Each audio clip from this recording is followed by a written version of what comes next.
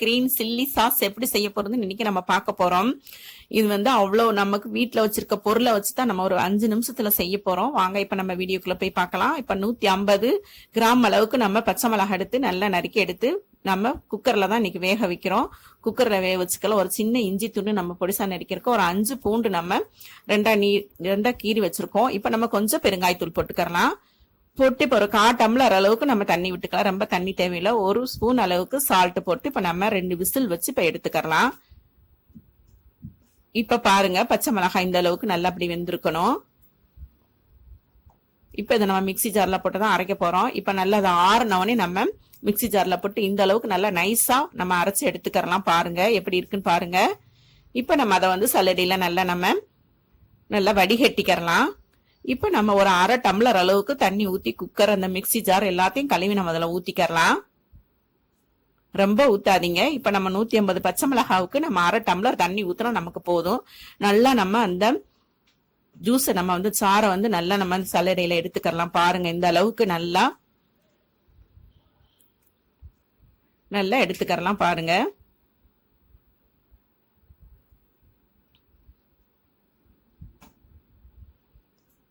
இந்த அளவுக்கு நல்லா நம்ம அந்த பச்சை மிளகாய் நமக்கு அந்த சாறு நல்ல கீழே நமக்கு உளுந்துரும். இந்த திப்பி திப்பியா இருக்கிறது நின்றுக்கிருச்சு பாத்தீங்களா? அப்பதான் நமக்கு செய்யல அந்த சில்லி சாஸ் நல்லா நமக்கு நைஸா நல்லா இருக்கும். பாருங்க இப்ப நம்ம வடிகட்டி எடுத்துக்கிட்டோம்.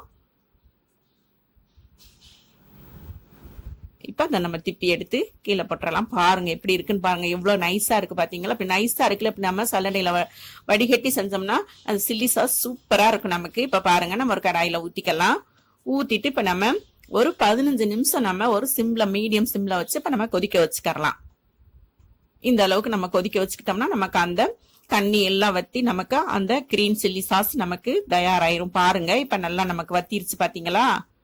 இப்ப வத்தினோடனே நம்ம என்ன செய்யலாம், ஒரு ஸ்பூன் அளவுக்கு வினிகர் ஊத்திக்கலாம். வினிகர் ஊத்தினோம்னாக்க பாருங்க, இது நம்ம வீட்டுக்கு உபயோகப்படுத்துற சமையலுக்கு உபயோகப்படுத்துற வினிகர் 1 ஸ்பூன் ஊத்திக்கலாம். இது எல்லா கடையிலுமே கிடைக்கும். இப்ப ஊத்திட்டு அதையும் நம்ம 1 சொன்னாப்புல நல்லா கிளறிக்கலாம். இப்ப 1/2 எலுமிச்சம்பழம் நம்ம புளிஞ்சு அதை ஊத்திக்கலாம். ஊத்தினோம்னா நமக்கு ஒரு 3 மாசம் 6 மாசத்துக்கு ஃப்ரிட்ஜ்ல வச்சு நம்ம நல்லா யூஸ் பண்ணிக்கலாம். இப்ப ஊத்திட்டு திருப்பி நம்ம ஒரு 2 நிமிஷம் நம்ம கிளறினோம்னாக்கு போதும். நமக்கு அந்த சில்லி சாஸ் பதம் நமக்கு வந்துடும். அதை எப்படி பார்க்கணும் பாருங்களா?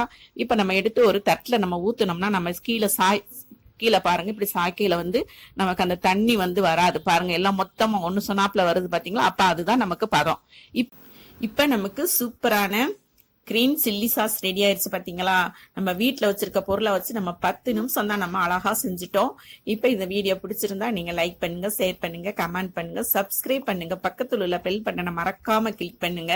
இந்த வீடியோ பார்த்ததுக்கு ரொம்ப நன்றி.